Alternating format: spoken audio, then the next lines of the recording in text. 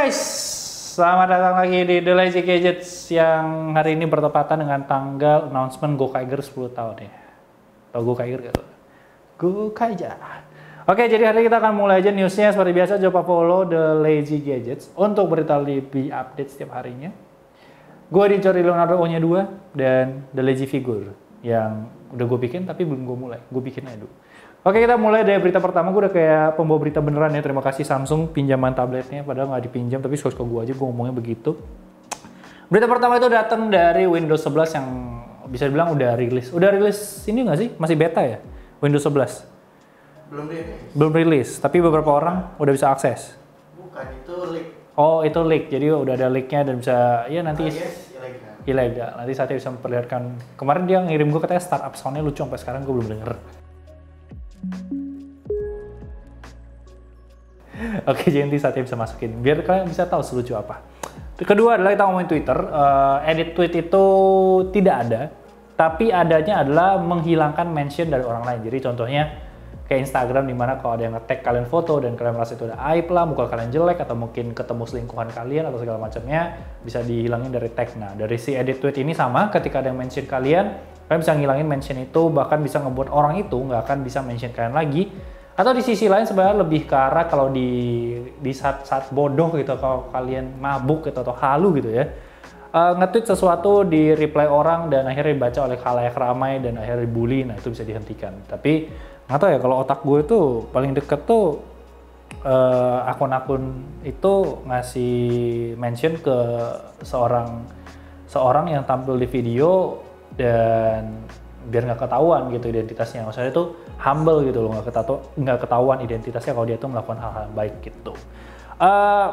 Gue ngerasa menipu diri gue dari urusan.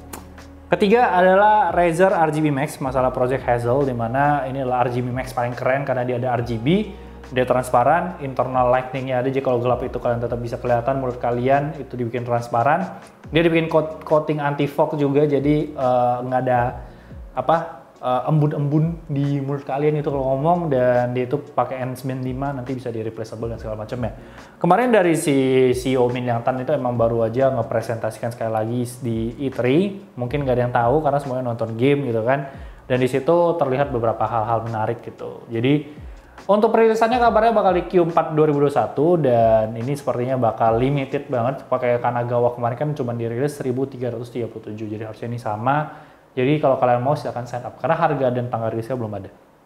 Next kita ngomongin Google akhirnya punya toko fisik di New York, di mana toko fisik ini lebih kayak tempat ngumpul sih, lebih kayak experience zone, tempat untuk seminar juga dan segala macamnya. Jadi situ kalian bisa nongkrong gitu kan, bisa ngobrol-ngobrol sama yang lain, bisa melihat produk-produk dari Google kayak Google Nest, Google Pixel dan lain-lain.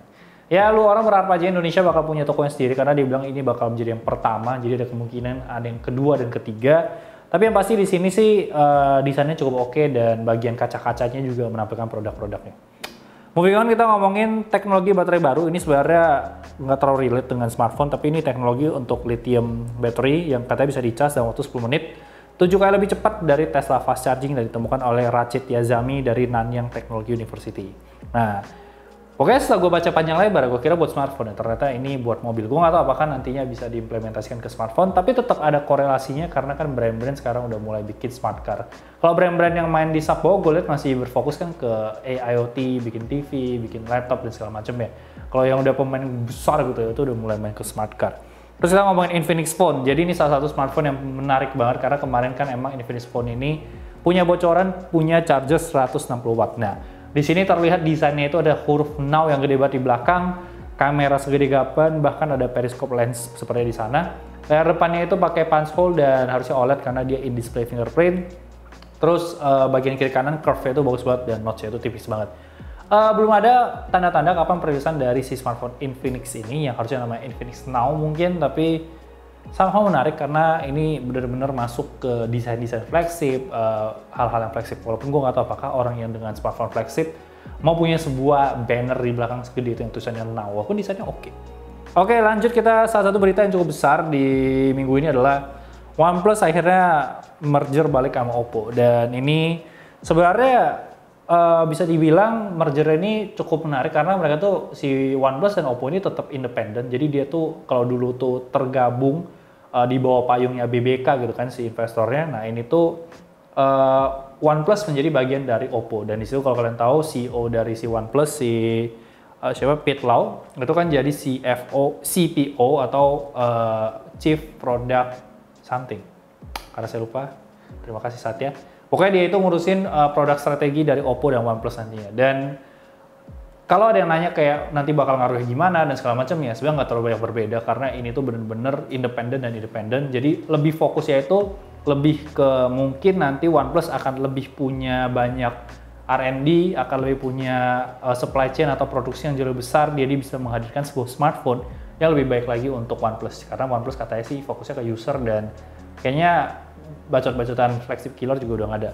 Nah, hal yang menarik buat gue adalah Oxygen OS. Jadi Oxygen OS sih katanya kan ada kemungkinan hilang ya, karena di Cina sendiri kan Oxygen atau Hydrogen yang kalian kenal, itu di Cina OnePlus tuh udah nyoba pakai ColorOS. Tapi dari konfirmasi My Smart Press sih katanya bakal tetap pakai Oxygen OS. Bahkan si F18 itu leaker ya kan, dia menemukan internal memo yang menyatakan masalah ini, yang merger dan segala macam. Ada important note di awal yang menyatakan kalau ada yang nanya masalah OS-nya, sebut aja belum ada konfirmasi dan segala macamnya, bisa diikutin aja kayak sosial medianya untuk update selanjutnya gimana. Dan kalau kalian lihat dari tulisan-tulisan di sana tuh ada beberapa poin yang menarik, tapi baik-baik lagi semuanya masalah independen. Nah, jadi gue coba dong mengorek-orek ini tuh dengan OnePlus bisa resmi OnePlus dengan balik ke Oppo sebagai bagian dari Oppo, apakah akan ada kemungkinan resmi masuk ke Indonesia ya kan? Karena kan kemarin sudah ada cabut, apakah akan balik lagi? Ternyata setelah saya coba cari-cari dan tanya-tanya ya, jawabannya adalah no comment karena mereka juga nggak ada punya kepastian. So that's it.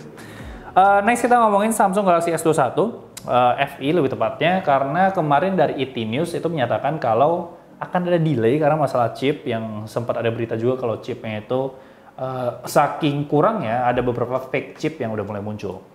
Fake chip ya, bukan fake taxi.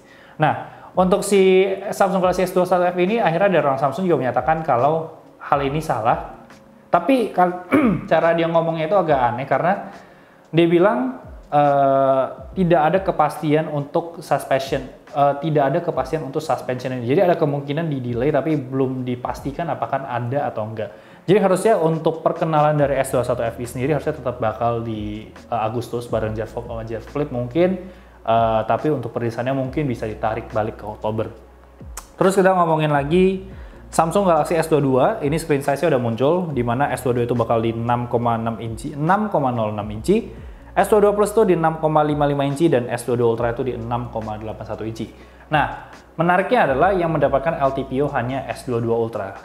Selain itu sih belum ada rumor-rumor, paling yang paling dekat tuh kemarin ngomongin belakangnya bakal pakai glass, dan sedangkan yang versi yang biasa sama Plus tuh tetap glass stick, mungkin adalah plastik, polikarbonat, tapi itu masih rumor yang sangat cuma numpang lewat. Dan masalah S Pen juga belum ada pembahasan. Android display kamera juga belum ada. Masih lama, soalnya masih Januari, Februari. Pasti fokus ke depannya masih ngomongin iPhone 13. Next kita ngomongin Samsung yang mengambil CPU Engineer dari Apple dan AMD. Jadi katanya dia kurang puas dengan Cortex X, dan ini di luar kerja sama Google dan AMD sama RDNA 2 yang harusnya menggelegar itu. Dia akan mencoba membuat sesuatu yang baru lagi. Cuman dari si Qualcomm sendiri itu kan udah ngambil dari yang namanya Nuvia. Nuvia itu adalah sebuah perusahaan yang dibangun oleh engineer yang ngerjain M1 punya Apple, A14 dan hal-hal yang lebih lamanya. Nah, tapi kalau Nuvia ini kan fokusnya tuh di server. Jadi akan menjadi sebuah pertanyaan apakah yang dari servernya bakal di-tone mereka ke smartphone untuk si Qualcomm. Sedangkan untuk si Samsung sendiri itu baru mulai ngebikin tim dan ngambil orang-orang lama dari Apple dan dari AMD. Jadi kayak Anda kalau pernah menjadi engineer di Apple, Anda tuh menjadi wanted untuk perusahaan-perusahaan lain gitu. Oke, next kita ngomongin, wah ini apa yang menarik. Huawei Virtual Assistant baru, Lisa. Bener dong, nggak mungkin Lisa dong. Kalau Lisa kan I kan, jadi Y berarti Lisa. Jadi setelah ada Shananta, muncullah Sua ya kan, kirain udah kelar. Keluar Lisa out of nowhere yang bukan mencoba rasis karena gue juga Cina ya, tapi emang tipikalnya emang kayak kelihatan Cina abis ya kan, rambut pendek, imut, matanya sipit, jadi keluar Lisa. Tapi Gue ngeliat si virtual assistant si Liza ini tuh lebih ke kayak VTuber atau buat menggantikan host gitu, bukan menjadi virtual assistant personal. Ya, personal apa? Art. Personal art. Jadi dia tuh bukan kayak apa ya? Beda sama si Sam. Sebenarnya tiga-tiganya beda. Sam itu satu project yang sebenarnya belum dikonfirmasi ya kan, kayak ngambang Sua itu untuk ngasih lihat teknologi rambut ya kan, di game, di grafik dan segala macamnya. Kalau ini digital art persona yang ujung-ujungnya buat TV host gitu-gitu kan. Jadi kayak VTuber kan sebenarnya. Jadi beda, cuman karena dari brand ini ya, akan ada peperangan waifu dan akan ada rule 34 dari semuanya. Gue rasa ini akan ada 3, ada kolaborasi. Kita lihat aja nanti. Oke, ngomongin Huawei, ini ada ngomongin masalah Mate 50, di mana Huawei Mate 50 ini kabar-kabarnya ya paling dekat adalah tidak akan ada di tahun ini. Karena kita tahu sendiri P50 sampai sekarang belum rilis, di pushback sampai September karena Huawei itu kan cycle-nya itu kalau habis P, Mate kan. Nah kita tahu masalah Google, kita tahu masalah chip, kita tahu masalah blacklist, dia nggak dapat source. Jadi ada kemungkinan semuanya bakal difokusin ke Huawei P50, dan ada kemungkinan Huawei Mate 50 itu nggak ada. Walaupun ada satu berita yang gue baca rumornya sih tetap ada, cuma gue nggak ngerti cara gimana. Terus kita ngomongin LG itu kabarnya akan ngejual produk Apple. Jadi setelah smartphone kemarin ditutup, LG ini akan ngejual produk Apple tuh kayak barang-barang Apple tuh akan ditaruh di toko mereka yang namanya LG Best Shop something kalau gue nggak salah. Dan ini fokusnya di Korea, South Korea. South itu berarti selatan. Korea Selatan di mana ini tuh akan menjadi sebuah keuntungan banget buat Apple karena dia itu bisa menambah dominasi dia di Korea Selatan yang which is semua orang itu kan mostly kenalnya Samsung gitu kan. Walaupun gue nggak tahu datanya, tapi kan kalau kita ngomongin drama Korea isinya Samsung gitu mostly. Nah jadi si LG ini ada sedikit masalah karena dia itu kabarnya ingin menjual laptopnya yang seri Gram, sedangkan Apple kan punya Mac. Jadi ada kemungkinan LG itu akan hanya menjual kayak iPad, Apple Watch, iPhone, dan apapun yang nggak ada hubungannya sama produk-produk lain biar nggak saling kanibal. Tapi kita lihat aja nanti. Soalnya dia bilang tuh dia punya 400 toko ya. Jadi ini bakal cuan banget sih buat Apple. Moving on, Apple Picture in Picture di YouTube ini juga kabarnya akan di-finalize. Sekarang di US kayaknya udah mulai di-finalize. Sekarang masih premium, nanti buat yang semua user yang free semua bisa pakai. Karena gini, masalah Picture in Picture ini sebenarnya dari lama udah ada di iPad tuh iOS 9, di iPhone tuh kalau nggak salah iOS 13. iPad tuh iOS 9, iya. Dan yang menjadi masalah adalah kadang tuh harus pakai Safari, kadang tuh bisa, kadang tuh enggak dan segala macamnya. Jadi ini lebih kayak oke, kita finalize nih bener-bener bisa gitu. Terus Apple juga kabarnya mau bikin rumah sakit, nih berita lucu banget sumpah. Ini leaks dari John Prosser yang paling lucu yang pernah gue baca. Jadi ini adalah Apple Care Max Pro ya, dimana Apple tuh kalau kalian tahu kan dia cukup berkontribusi ya di dunia kesehatan gitu ya, walaupun di luar orang-orang pekerja di belakang gitu. Dia ngurusin kayak banyak campaign lah, kalau setiap WWDC, setiap apa dia sekarang tuh sempat menyematkan untuk ngomongin health. Kemarin waktu WWDC dia ngomongin masalah step penyeimbang, terus masalah ngebaca hasil lab, terus ada digital something yang gue rasa di Indonesia juga nggak akan ngaruh gitu kan, karena mungkin mesin itu tidak akan datang ke sini. Tapi dari Apple sendiri itu sampai nge-take over kliniknya yang isinya nanti diganti sama orang Apple, produk desainer Apple, engineer Apple dan segala macamnya. Jadi emang mimpi besarnya adalah membuat sebuah rumah sakit yang isinya adalah employee Apple semua. Dan somehow katanya ini tuh udah mulai terkikis lah gitu, kayak oke, ini kayak nggak bisa. Tapi ada sedikit api harapan yang menyatakan kalau mereka itu belum menyerah gitu. Nah hal anehnya itu di sana. Jadi untuk si Apple ini apa ya? Kalian bisa bayangin gak sih kayak Apple Watch sama iPhone itu udah ngambil data dari kalian, itu kan banyak banget data kesehatan dan segala macam ya.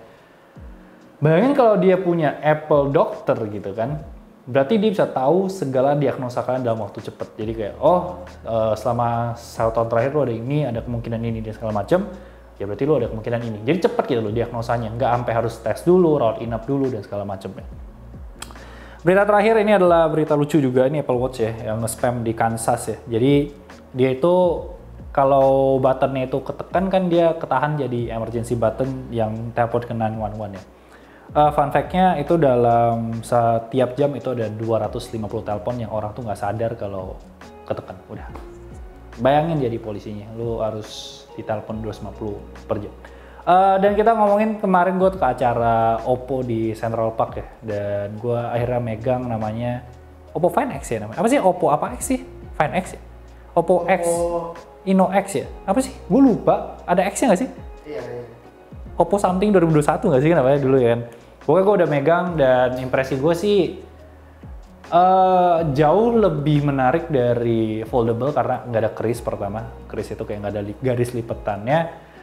Transisi dari kecil ke gedenya itu bagus banget, kayak di TikTok tuh bisa kelihatan gede kecilnya. Nanti adalah footage walaupun footage story gitu kan. Oppo X 2021. Ya, Oppo X 2021 dan katanya sih itu masih prototipe. Jadi sebenarnya belum banyak yang bisa dipelajari di sana. Kerisnya katanya juga akan lebih rapi nantinya dan kameranya juga gue nggak coba sama sekali. Tapi menarik untuk punya sebuah slider phone walaupun agak susah kemarin waktu megang tuh agak gede sih. Jadi kurang pas gripnya di tangan. Komen udah kirim komen? Line. Oke, kita tukar handphone dulu ya. Oke, kita buka line dulu. Ada 3 ya. Yang pertama itu dari Ilham Prama. Bang Jordi judul backsoundnya apa? Gue ternyang gitu. Yang bisa jawab kan lusa. Gue kan udah lama nggak ngedit. Kalau mau masukin filenya ya. Tapi jangan dipakai di video ya. Itu harus bayar guys. Jadi apakah teknologi fast charge lebih ngerusak baterai? Nggak bisa dibilang begitu sih. Karena ketika mereka ngebuat sebuah teknologi fast charge, pasti mereka udah mempelajari. Kayak mereka tuh kan selalu ada gimmick-gimmick yang menyatakan ada berapa lapisan perlindungan lah gitu istilahnya. Jadi harusnya nggak masalah sih perasa. Dan kalau masalah kayak paling udah 2 tahun 3 tahun gitu. Kristal Alert Bang Jordi wibu. Apa yang mendefinisikan seorang orang manusia itu wibu?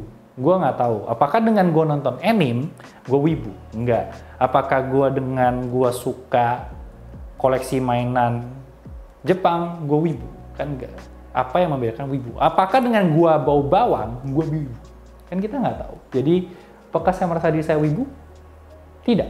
Saya suka Jepangan? Suka. Nah, gitu jawabannya. Oke, itu aja untuk news minggu ini. Seperti biasa, jangan lupa like, comment, share, follow sampai tadi at Lazy Gadgets. Gue di Jordi Leonardo O-nya 2 dan jangan lupa subscribe. Thank you so much guys for watching and I'll see you next time. Gue nggak tahu ini menit udah berapa menit karena gue nggak bisa lihat, jauh banget, kecil banget. And I'll see you next time.